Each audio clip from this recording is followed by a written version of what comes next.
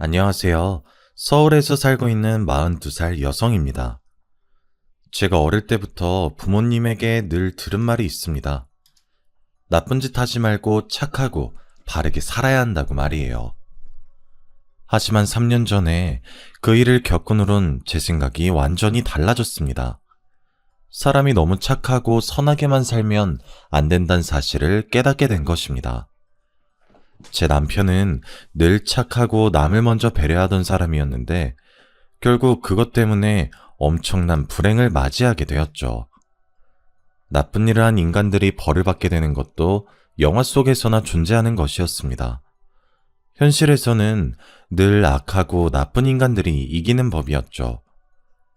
대학을 졸업하고 처음으로 직장 생활을 하게 될 무렵이었습니다. 제가 다녔던 회사는 개인이 운영하는 회사였지만 만든 제품을 주로 국가기관에 납품하고 있어서 공익을 위한 봉사활동을 강조하고 있었습니다. 그래서 주말이 되면 각 부서별로 3명씩 차출해서 장애인 자활센터나 복지시설에서 봉사활동을 하도록 했어요. 한 달에 한 번꼴로 봉사활동에 나갔어야 했죠. 당연히 모든 동료들이 황금 같은 주말에 하는 봉사를 좋아하지 않았습니다. 하지만 인사고과에 반영되기 때문에 피할 수는 없었죠. 그런데 유독 한 사람만 봉사활동을 즐기면서 하고 있었습니다. 바로 제 남편이었습니다. 제 남편은 같은 회사에서 근무하고 있었지만 부서가 달라서 회사에서는 마주칠 일이 없었습니다. 그런데 봉사활동을 나갈 때마다 제 남편을 만날 수 있었죠. 제 남편은 다른 직원들보다 열심히 봉사활동을 했습니다. 봉사하다가 남편과 친해져서 같이 다니다 보니 남편이 다른 사람들이 하기 싫어하는 일만 골라서 한다는 사실을 알아냈습니다. 화장실 청소나 이불 세탁처럼 더럽고 힘든 일을 자처해서 처리했는데요. 그 덕분에 주말마다 저희들은 편하게 봉사활동을 할 수 있었죠. 어느 날 봉사를 마치고 같은 부서의 언니와 카페를 가게 되었습니다. 그런데 언니가 남편에 대해 이런 말을 하더군요. 자재과 김대리 말이야. 자진해서 매주 봉사활동에 나가고 있는 거래. 뭐? 진짜로요? 어떻게 매주 봉사활동 나갈 수 있지? 난 한 달에 한 번도 나가기 싫어 죽을 지경인데.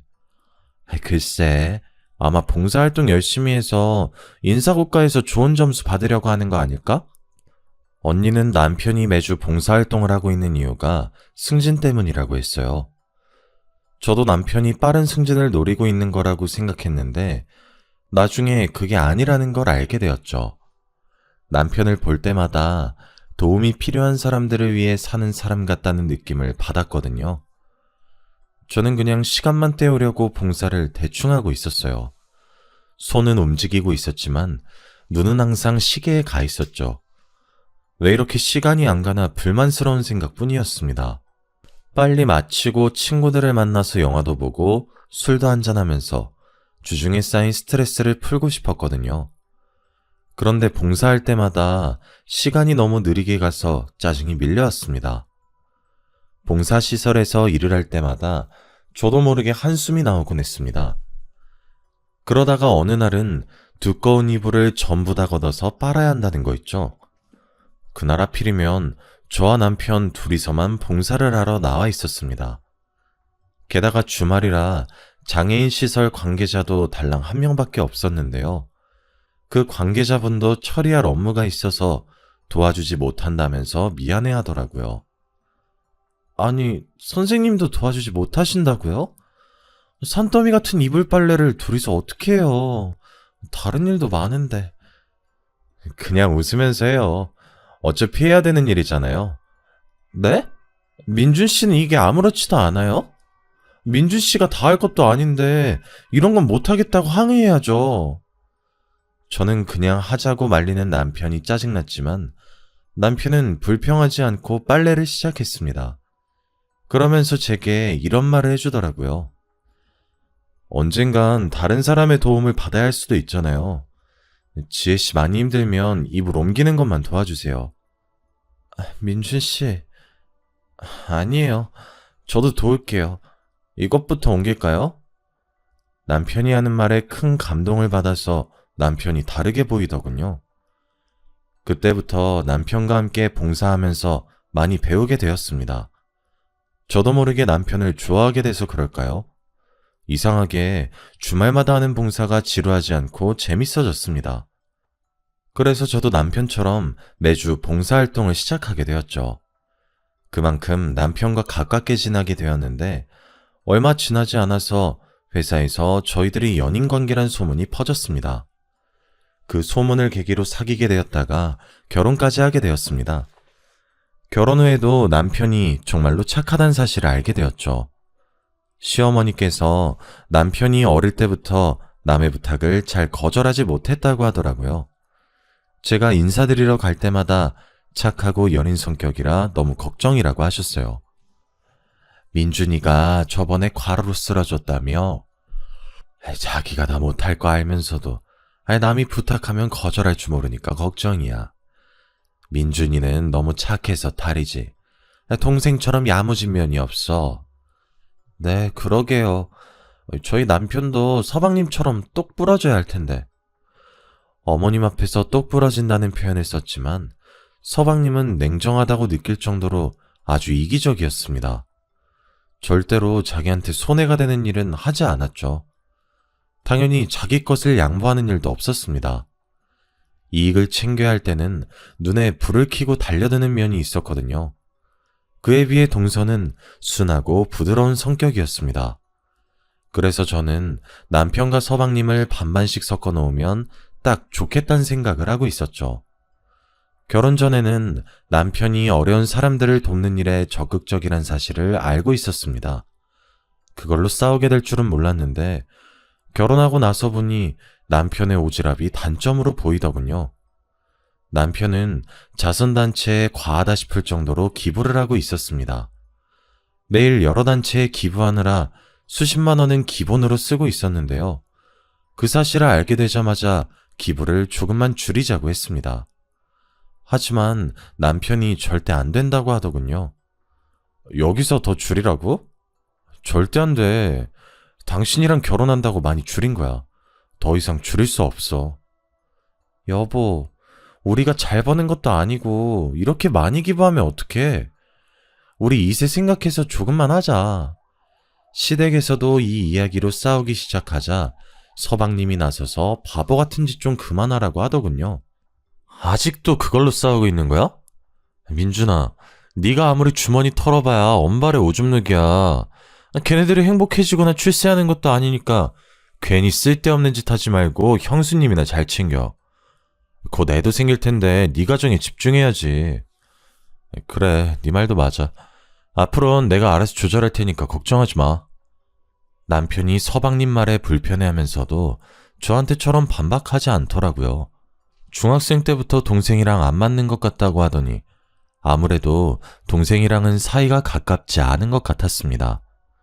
서방님 앞에서 말은 이렇게 하고 기부금을 줄이진 않았죠. 그러다 2년 뒤에 딸을 낳게 되었습니다. 확실히 자식이 생기니 남편도 달라졌습니다. 기부금을 줄이고 그 돈으로 새로운 통장을 하나 만들더군요. 제가 무슨 통장을 만드는 거냐고 물어보니 남편이 웃으면서 이야기해 주었습니다. 이 통장은 우리 하늘이 위한 거야. 기부금 좀 줄이고 우리 하늘이 초등학교 졸업할 때까지 대학 등록금 좀 모아보려고. 나도 따로 모으려고 했는데 잘 됐다. 우리 같이 모으자. 앞으로 얼마씩 모으면 될까? 남편이 기부금을 줄이고 등록금을 모으겠다고 하니까 너무 기분 좋더군요. 남보다 가족들의 미래를 챙기겠다고 나서니 저로서는 반가운 일이었습니다. 그러다 제가 딸을 낳은 뒤로 몸이 약해져서 회사를 그만두게 되었습니다. 전업주부로 육아와 남편 뒷바라지에만 전념하기로 했는데요. 젖먹이 딸을 키우는 일은 생각보다 쉽지 않았습니다. 1년 정도 육아 스트레스에 시달리며 밤마다 울면서 보채는 딸 때문에 매일 잠을 설치게 되었습니다. 잠을 못 자게 된 만큼 신경도 예민해졌는데 남편이 옆에서 도와주어서 다행이었습니다. 돌을 넘긴 딸이 걸음마를 시작하면서 스트레스도 한결 줄어들었죠. 그러다 2년 후에 서방님이 대전에 있는 지사로 발령을 받게 되었습니다. 동서와 주말 부부가 되었다는 소식에 동서와 시간을 보내게 됐죠. 처음 두어 달은 매주 서울로 올라와서 동서와 저희 부부 셋이서 식사를 같이 하게 되었습니다. 그렇게 몇 달이 더 지나자 일이 바빠졌는지 서방님이 한 달에 한 번만 서울에 올라오겠다고 하더군요. 그만큼 동서와 식사하거나 같이 어울리는 시간이 많아졌습니다. 그런데 그때부터 남편의 행동이 이상해지기 시작했어요.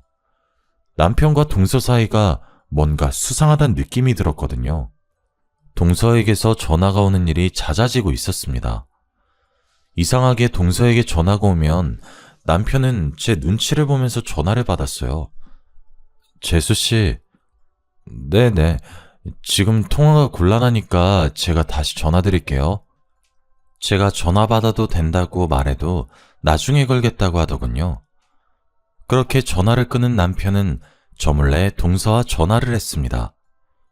남편이 동서와 수시로 전화통화를 한다는 것도 이해가 안 됐지만 제가 없는 틈을 타 귓속말을 하는 모습을 보여주기도 하였습니다.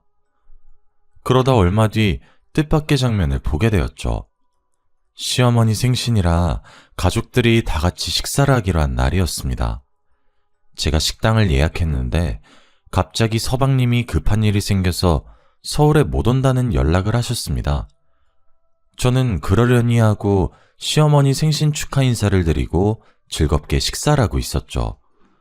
그런데 어머님께서 식사가 마음에 안 드시는지 젓가락으로 뒤적거리다가 한숨을 내쉬며 말씀하셨습니다. 민기는 계속 일이 바쁜 거냐? 통 얼굴을 볼 수가 없네. 시어머니가 동서를 쳐다보면서 물으니까 동서가 깜짝 놀랐는지 어깨를 움츠리더라고요. 그러면서 힐끔 주변 눈치를 보면서 대답하였습니다. 네, 그런가 봐요. 뭔가 걱정이 있는지 어두운 표정으로 식사도 하는 둥 마는 둥 하더니 동서가 슬며시 밖으로 나가버리더라고요. 그러자 남편이 또 제 눈치를 보며 동서를 따라 나갔어요. 처음에는 동서가 화장실에 갔을 거라고 생각했는데 동서도 남편도 들어오지 않더군요. 결국 시어머니께서 숟가락을 놓고 제게 말씀하셨어요. 얘들은 밥 먹다 말고 나가서 뭘 하는 거니? 네가 좀 나가봐라. 네, 제가 나가볼게요. 어머님은 식사하고 계세요? 제가 시어머니 말을 듣고 밖으로 나와서 동서와 남편을 찾아봤습니다. 주차장 쪽에서 울음소리가 들려 나가보니 동서와 남편이 나란히 앉아있는 게 보였습니다. 둘이 구석에 있는 난간에 걸터앉는 것도 모자라 남편이 동서 어깨에 손을 얹고 눈물을 닦아주고 있었죠. 남들이 보면 둘이 부부라고 오해할 정도로 사이가 가까워 보였습니다. 그래서 제가 크게 헛기침을 하며 다가갔는데요. 여보, 여기서 뭐해? 어머님이 기다리셔. 얼른 들어와. 아, 네, 형님. 지금 들어갈게요. 근데 동서, 무슨 일 있어요? 왜 울고 있어요? 제가 왜 우는지 물어보는데도 동서가 급히 일어나서 식당 안으로 들어가더라고요. 남편도 들어가려고 하길래 급하게 팔을 붙잡았죠. 당신이 말해봐. 도대체 무슨 일이야? 동서가 왜 울고 있고 당신이 왜 위로해주고 있는데? 뭐 별일 아니야. 민기랑 다툰 것 같아. 근데 당신이 위로해주고 있었다고? 아니, 그게 아니라 남편 말로는 동서가 어머님 생신인데 못 오면 어떡하냐고 서방님에게 잔소리를 했다고 합니다. 서방님도 그 말을 듣고 화가 나서 회사에서 시킨 일인데 어떡하냐고 짜증을 냈다고 해요. 그래서 말다툼을 하다가 기분이 상해서 눈물을 흘렸다고 하네요. 다른 건 몰라도 그 말만큼은 믿었는데 남편이 그냥 아무 말이나 둘러댔다는 사실을 알아냈죠. 며칠 뒤 남편이 일주일 동안 출장을 간다고 했거든요. 딸도 학원 가서 집에 없고 남편도 집에 없으니 동서는 어떻게 지내나 궁금해졌습니다. 같이 밥 한 끼 하자고 전화를 하니 동서가 무척이나 당황스러워 하더라고요. 밥을 먹자고요? 아, 근데 어쩌죠? 오늘은 선약이 있어서 안 될 것 같아요. 아, 그래? 아쉽다. 다음에 같이 먹자. 제가 전화를 끊으려고 하니까 동서가 거절해서 정말 미안하다고 하더군요. 지금 생각해보면 가식적인 여자였습니다. 다음날 제가 충격적인 전화를 받았거든요. 출장을 갔다는 남편이 교통사고가 났다는 거 있죠? 게다가 생명이 위태롭다는 연락을 받고 온몸이 굳어버리고 말았습니다. 병원으로 가는 내내 심장이 터질 것 같았어요. 그저 남편이 무사하기만을 바랬는데요. 모 대학병원 중환자실에 들어서니 익숙한 모습이 눈에 들어왔습니다. 남편 옆에 동서가 누워있는 거 있죠?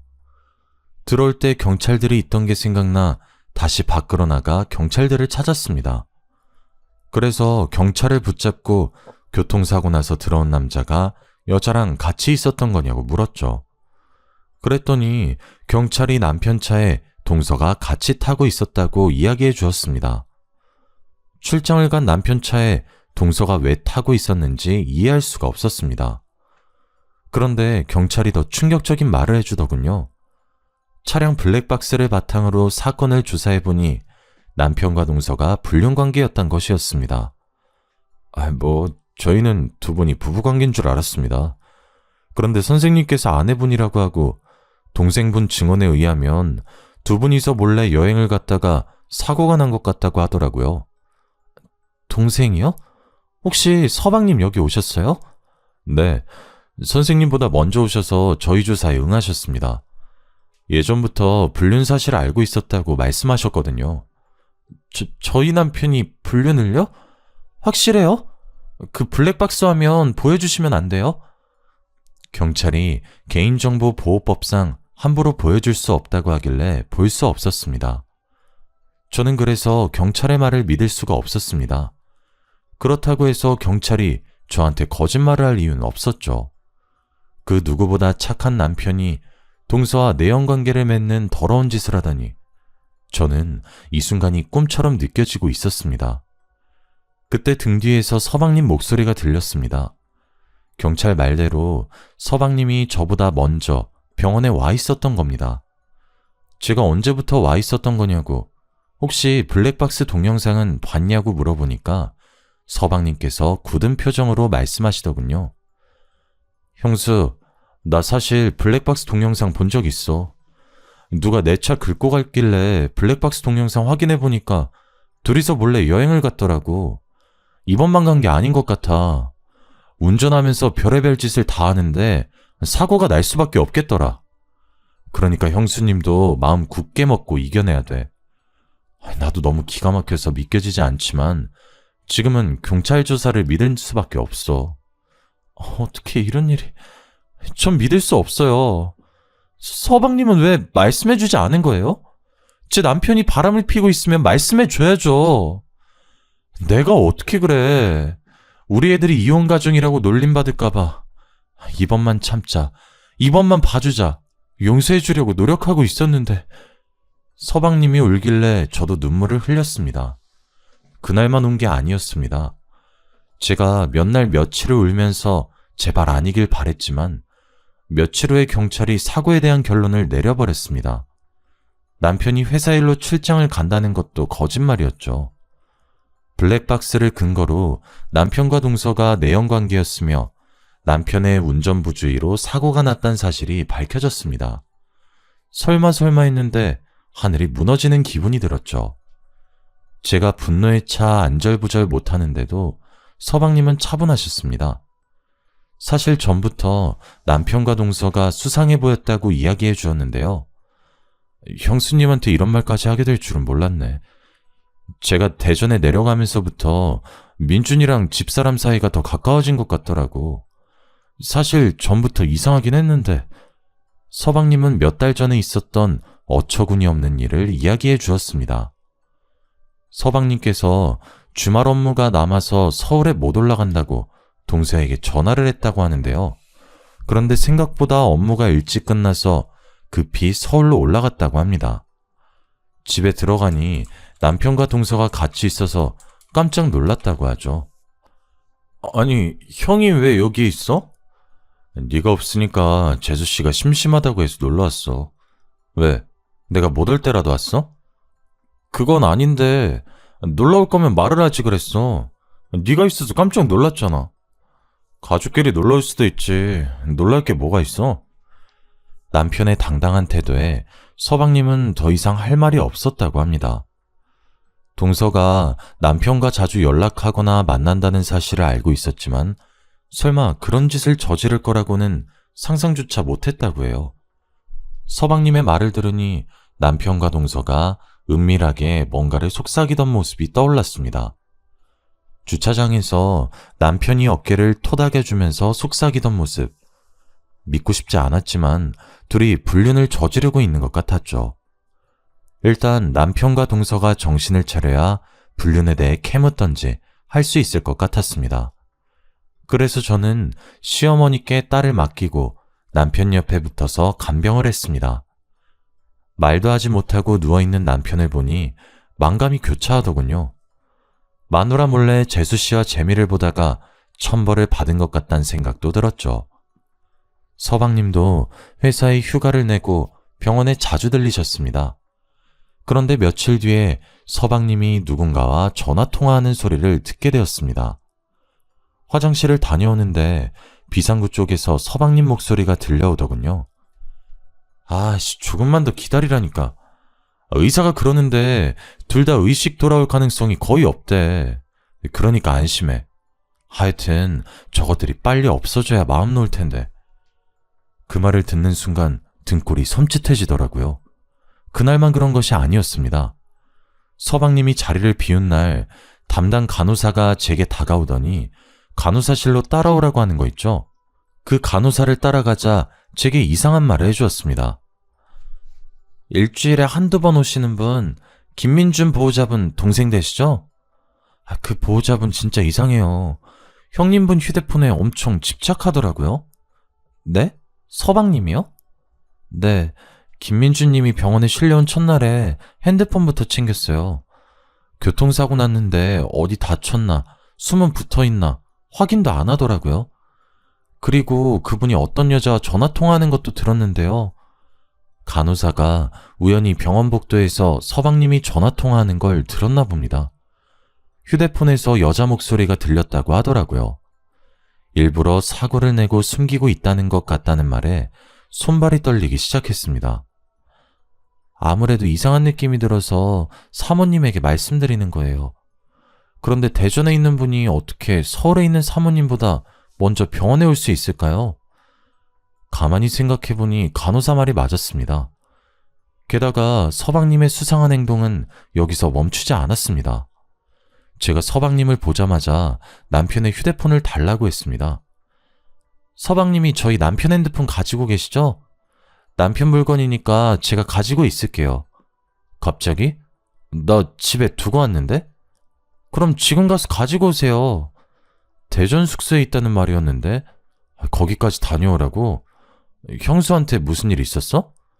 아니, 그게 아니라 남편 핸드폰 보고 싶어서 그래요. 그 사람이 속도 위반하거나 신호 위반할 사람이 아닌데 갑자기 사고가 나서. 설마 나 지금 의심하는 거야? 지금 무슨 소리 하는 거예요? 제가 왜 서방님을 의심해요? 근데 왜 핸드폰을 보고 싶어 해? 핸드폰에 무슨 증거라도 남아있을까봐? 내가 확인해봤는데 아무것도 없었어. 그렇다면 다행이지만 남편 사진이라도 건지고 싶어서 그래요. 저한테 남편 사진이 별로 없어서. 그래? 그럼 내가 줄게. 나 형 사진 많이 있어. 서방님, 이렇게까지 안 주는 이유가 뭐예요? 그냥 줄 수 있잖아요. 너야말로 이상하다? 왜 자꾸 핸드폰을 달라고 하는 거지? 제발 주세요. 우리 하늘이가 가지고 있고 싶다고 했어요. 정말 서방님이 뭔가 숨기고 있다는 생각에 눈물이 나오더라고요. 막장 드라마 같은 일이 나한테 일어나다니. 이 상황이 믿겨지지 않아서 제발 아니길 바라며 눈물로 호소했습니다. 제가 제발 달라고 하니까 그제야 대전에서 올라오는 길에 가져다 준다고 하더군요. 제가 혹시 몰라서 대전에서 온다는 날에 꼭 가져오라고 전화했는데 깜빡 잊었다고 하였습니다. 갑자기 전화를 걸어서 지금 대전에 있으면 택배로 보내달라고 해도 소용이 없었습니다. 굳이 자기가 가지고 있겠다면서 끝까지 휴대폰을 주지 않더군요. 일주일 뒤에 남편이 세상을 떠나고 말았습니다. 서방님은 이때를 기다렸다는 듯이 납골당과 화장 이야기를 꺼냈습니다. 그러면서 유품인 휴대폰을 같이 태워버리겠다고 했어요. 그날 밤에 저는 서방님이 남편의 핸드폰을 어디에 뒀는지 확인했습니다. 그리고 몰래 남편의 휴대폰에서 유심칩을 빼두었죠. 이틀 뒤 남편의 시신이 화장 처리되었습니다. 서방님이 남편의 장례식에서 목 놓아 통각하는 모습이 아내인 저보다 더 슬퍼 보이더군요. 하지만 저는 그 모습을 믿지 않았습니다. 며칠 후에 남편의 휴대폰을 복원시켜서 사진과 문자를 살펴보았죠. 그리고 서방님이 숨기고 있던 끔찍한 비밀을 알게 되었습니다. 서방님은 동서 몰래 내연녀를 만나고 있었습니다. 불륜 사실을 동서가 알게 된 순간 대전지사 근무를 시작하게 되었죠. 서방님은 내연녀와 대전에서 살림을 차렸고 서울에는 일이 바쁘다는 핑계로 올라오지 않았습니다. 동서는 서방님이 너무 수상해 보여서 대전에 내려갔다가 서방님의 불륜 현장을 목격하게 된 겁니다. 화가 머리끝까지 난 동서가 내연녀와 머리채를 쥐어뜯으며 싸웠고 서방님에게는 가정으로 돌아오라고 사정을 했다고 하는데요. 여보, 내가 다 용서해줄게. 당신이 바람핀 거 없었던 일로 해줄 테니까 지금이라도 돌아와. 난 그럴 생각이 없어. 그러니까 그냥 이렇게 살든지 아니면 이혼하든지 둘 중 하나 선택해. 뭐? 이럴 거면 왜 나랑 결혼했어? 2년이랑 결혼하지 왜 결혼했냐고. 나도 후회돼서 이러는 거 아니야. 그러니까 이혼하자고. 안 돼, 여보. 난 이혼 못해. 이러지 마, 제발. 동서는 서방님을 사랑하고 있어서 절대 이혼할 수 없다고 매달렸다고 해요. 하지만 서방님은 내연녀를 포기하지 않았다고 하죠. 동서는 고민 끝에 남편에게 부탁해 동생을 말려달라고 부탁했나 봅니다. 동생과 남편이 서방님을 어떻게 하면 좋을지 의논했고 이번에는 남편이 대전에 내려가서 가정을 지키라고 서방님을 설득했다고 하는데요. 내연녀에게 홀딱 반한 서방님이 남편에게 험악한 말을 하는 바람에 둘은 크게 싸우게 되었다고 합니다. 김민기, 너 지금 나한테 욕했어? 너 이러다가 재수 씨한테도 욕하겠다? 도대체 이게 뭐 하는 짓이야? 사람이 지켜야 할 도리라는 게 있는 건데 지금 네가 하는 짓은 사람이 아니라 짐승들이나 하는 짓이란 말이야. 뭐? 이 자식이... 그래, 너 잘났다. 잘난 넌 도리 지키면서 살아. 짐승 같은 나는 개돼지처럼 아무년하고 붙어먹으면서 살 테니까 당장 꺼져. 잠깐만 민기야, 이러지 말고 대화하자. 어? 남편은 서방님한테도 쫓겨나고 있는 와중에도 어떻게든 설득하려고 했습니다. 문자나 전화통화에도 이런 흔적이 남아있었죠. 대전에서 벗어나 집으로 다시 돌아가는 길에도 제 남편은 동서를 위로하기 바빴죠. 그 녹취록이 핸드폰에 다 남아있었습니다. 제일 최근에 찍힌 문자 내역을 보니 남편이 마지막 방법을 쓰러 가자고 제안한 대화가 남아있었습니다. 재수씨, 이렇게 된 이상 마지막 결단 내리셔야 합니다. 같이 대전으로 내려가서 민기랑 단판 지어요. 이번에도 안 되면 그냥 이혼하고 위자료 받아내세요. 네, 저도 이제 지쳤어요. 이제 아주버님 말대로 할게요. 그날 바로 날짜를 잡아서 대전에 내려가기로 한 내용을 보는데 가슴이 찢어질 것 같았습니다. 며칠 뒤에 남편이 동서를 태우고 대전에 갔다가 사고를 당한 것이었습니다.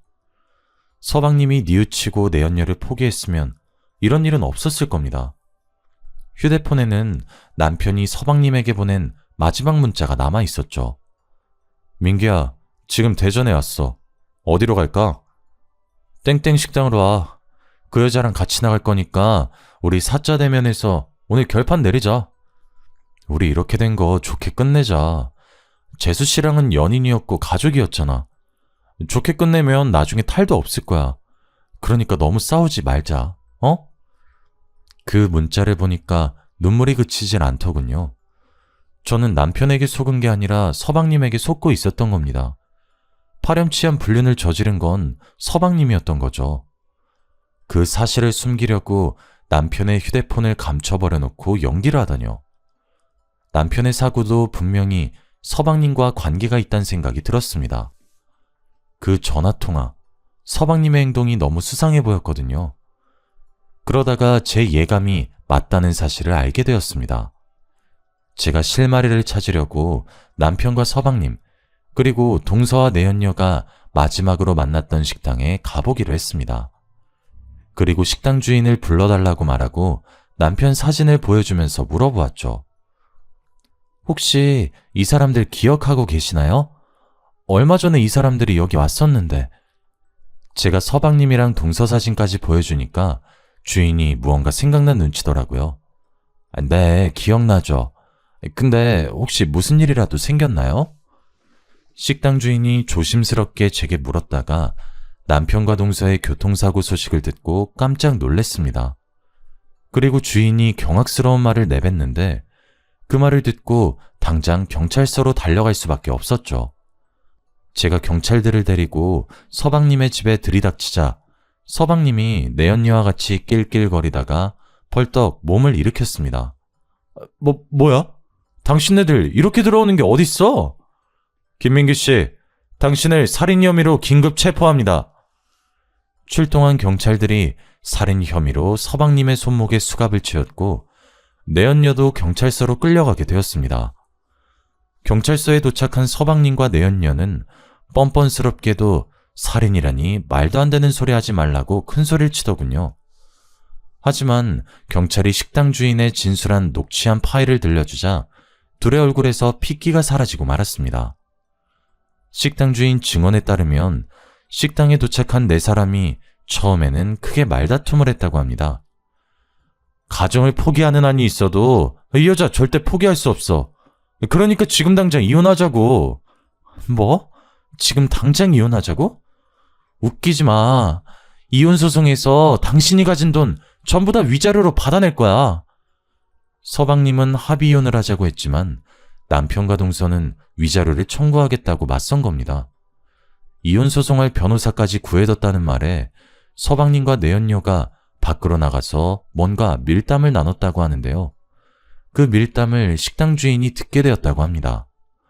고기를 구울 숯불을 피우느라 밖에서 일하고 있었는데 서방님과 내연녀는 누가 듣고 있는 줄 몰랐던 거죠. 와, 좋게 이혼하자고 할 땐 언제고 위자료를 달라고 하네? 저것들이 한통속 돼서 나를 뜯어먹으려고 설치는데 어떻게 하지? 가만히 있다가는 당신 돈 전부 다 날리겠는데? 내가 보니까 전현이 돈독이 단단히 오른 것 같아. 원래 나 없으면 죽을 것 같다고 찔찔 짜던 앤데 김민중 그 자식이 옆에서 바람 넣어서 그런 거야. 미친 자식. 죽여버리고 싶어. 여기엔 다 담진 못했지만 서방님은 남편과 동서에게 입에 담기 힘든 욕을 했습니다. 그걸 들은 내연녀는 더 엄청난 말을 내뱉었죠. 그럼 죽여버리자. 아무도 모르게 죽일 방법 알고 있어. 식당 주인은 그 말을 듣고 가슴이 철렁 내려앉았다고 합니다. 장난삼아 하는 말이 아니라는 걸 알고 그때부터 둘의 행동을 유심히 살폈다고 하는데요. 내연녀가 약국으로 달려가자 자리로 돌아온 서방님이 동서에게 갑자기 원하는 만큼의 위자료를 주겠다고 약속했습니다.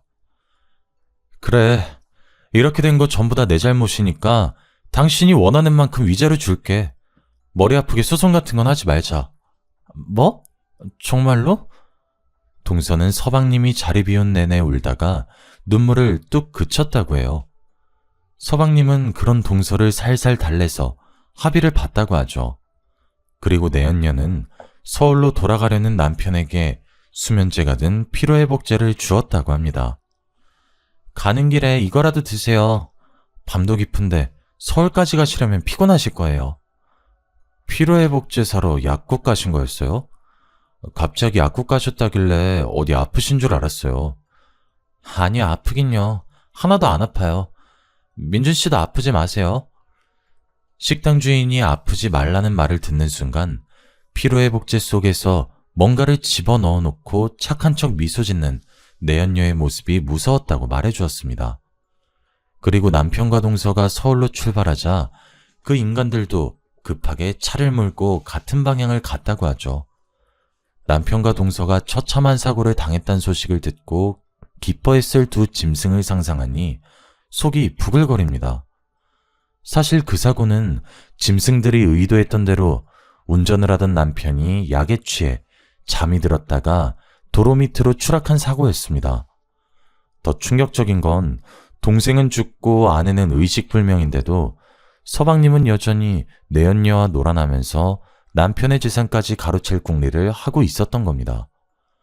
경찰은 식당 주인의 진술을 바탕으로 둘에게 살인 공모를 추궁했지만 이미 인간이기를 포기한 것들은 끝까지 부인했죠. 경찰은 내연녀가 피로회복제를 사기 위해 들린 약국을 찾아내 피로회복제를 수면제와 함께 샀다는 사실을 알아냈습니다. 식당 근처에 있던 방범 카메라에서 내연녀가 피로회복제 병에 뭔가를 넣는 모습도 확보했는데요. 결국 경찰 내에서 서방님과 내연녀는 공모해서 의도적으로 남편과 동생을 살해했다는 결론이 났습니다. 검찰은 둘을 살인 및 살인 미수 혐의로 구속했습니다. 아무리 여자에 홀렸다고 하더라도 어떻게 내연녀 말만 듣고 친동생과 아내를 죽일 수 있을까요? 서방님 생각을 할 때마다 소름이 끼치고 눈물밖에 나오지 않습니다. 그런데 어처구니 없게도 그 인간들은 재판 결과 실형을 선고받았는데 형벌이 너무 무겁다면서 항소를 했다고 하네요. 항소 결과로 제발 형벌이 가벼워지지 않길 바랍니다. 이렇게 안 좋은 소식만 들리던 와중에 동서가 드디어 의식을 회복하게 되었습니다. 그런데 동서가 사고 이전에 있었던 기억을 다 잊어버린 것 같더라고요. 서방님이 바람 피기 전까지만 기억하고 있어서 마음이 아팠습니다. 내가 왜 병원에 있는 거지? 형님, 우리 그이는 어디 갔어요? 그이랑 같이 드라이브 하고 있었던 것 같은데 기억이 안 나. 우리 남편이랑 애들은 안 다친 거죠? 동서, 그게 아니라 동서에게 서방님이 바람피고 있었고 위자료 때문에 동서를 죽이려고 했다고 말할 수 없었습니다. 결국 고민 끝에 동서에게는 서방님이 해외 출장 갔다고 둘러댔습니다. 그리고 동서가 완전히 회복되면 진실을 말해줘야겠죠. 의사는 동서의 회복 속도가 생각보다 빨라서 시간이 지나면 혼자서 걸을 수도 있을 거라고 하더라고요. 저는 동서한테 어떻게 말하면 좋을까요? 사실 동서를 보러 병문안을 갈 때마다 죄책감이 생깁니다. 우리 그이는 왜 안 오는 거냐고 전화라도 해보자고 저를 보채고 있거든요. 그렇다고 해서 갑자기 진실을 이야기해주면 충격받아서 쓰러질까봐 걱정이 됩니다. 아예 처음부터 진실을 말해줄 걸 그랬나 봐요. 어젯밤부터 계속해서 후회가 되네요. 여러모로 마음이 불편해져서 이렇게 사연을 보내봅니다. 제가 어떻게 하면 좋을지 조언해 주시면 감사드리겠습니다.